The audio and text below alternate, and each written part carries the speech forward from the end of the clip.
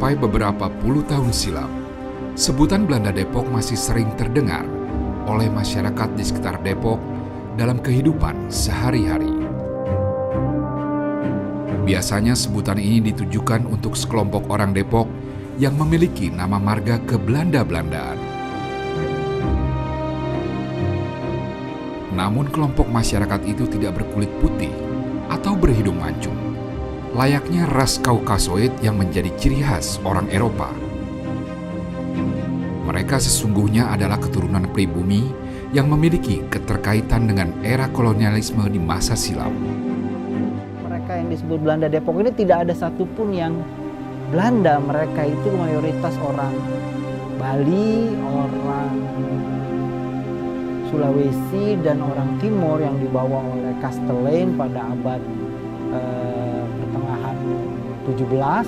Kemudian mereka dimerdekakan dan kemudian mereka memakai nama-nama Eropa dan terdidik secara Eropa, menganut agama orang Eropa, tapi mereka sebenarnya punya kedekatan dengan masyarakat pribumi. Iya, pada abad ke-17, seorang saudagar senior kelas 2 dari Benteng Batavia, Cornelis Castellane, mengembangkan pertaniannya. Ia membeli tanah di Depok dengan luas sekitar 1.240 hektar. Untuk menggarap lahan pertanian itu, Castellane juga membeli 150 budak yang memang kebanyakan berasal dari Bali dan Sulawesi Selatan.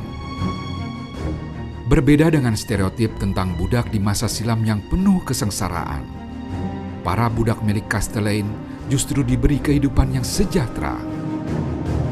12 kepala keluarga para budak diberi nama marga Belanda.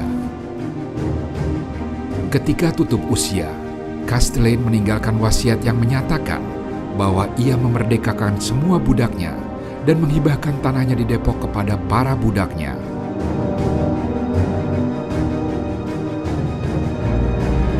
Karena bertahun-tahun hidup dalam lingkungan berkultur Belanda, para mantan budak Castellane pun menganut gaya hidup Belanda dan fasih berbahasa Belanda. Inilah mulanya julukan Belanda Depok itu muncul.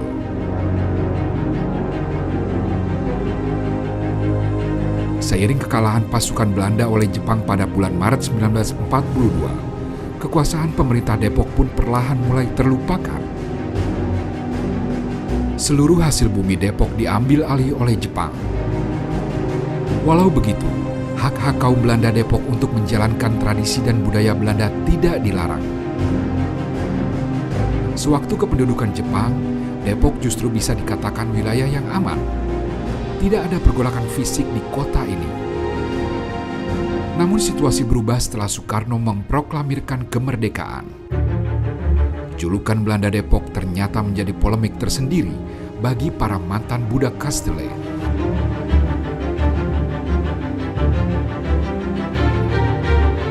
Ya, memang kami salah satu korban politik dari 12 marga ini, karena kami dididik secara Belanda. Istilahnya mungkin dibelandakan dah kami itu. Belajar bahasa Belanda, agama-agama Nasrani yang harus kami pelajari. Memang setelah kemerdekaan kami terasa sekali memang agak seolah kami dianggap kaki tangan Belanda. Padahal sama sekali kaum Depok ini tidak berpolitik, tidak punya militer. Kami hanya bertani. Jadi dibawa sama Cornelis suruh kerja lahan di Depok ini dan tidak berpolitik. Memang yang setelah kemerdekaan kami agak susah untuk mencari kerja, terutama karena kami pertama tidak bisa bilang suku. Kamu suku apa? Nama kayak saya Ferdi Jonathan, ditanya suku saya angkat-angkat. Saya hanya bilang suku Sunda. Saya nggak bilang suku apa karena saya nggak tahu sukunya. Nah inilah. Jadi untuk kerja di militer atau di pemerintahan itu pada sampai tahun 70-an agak susah karena negara kita kan sukuisme lebih dipentingkan gitu. Padahal maksud daripada Cornelis sudah bagus sekali bahwa menghilangkan sukuisme sebenarnya.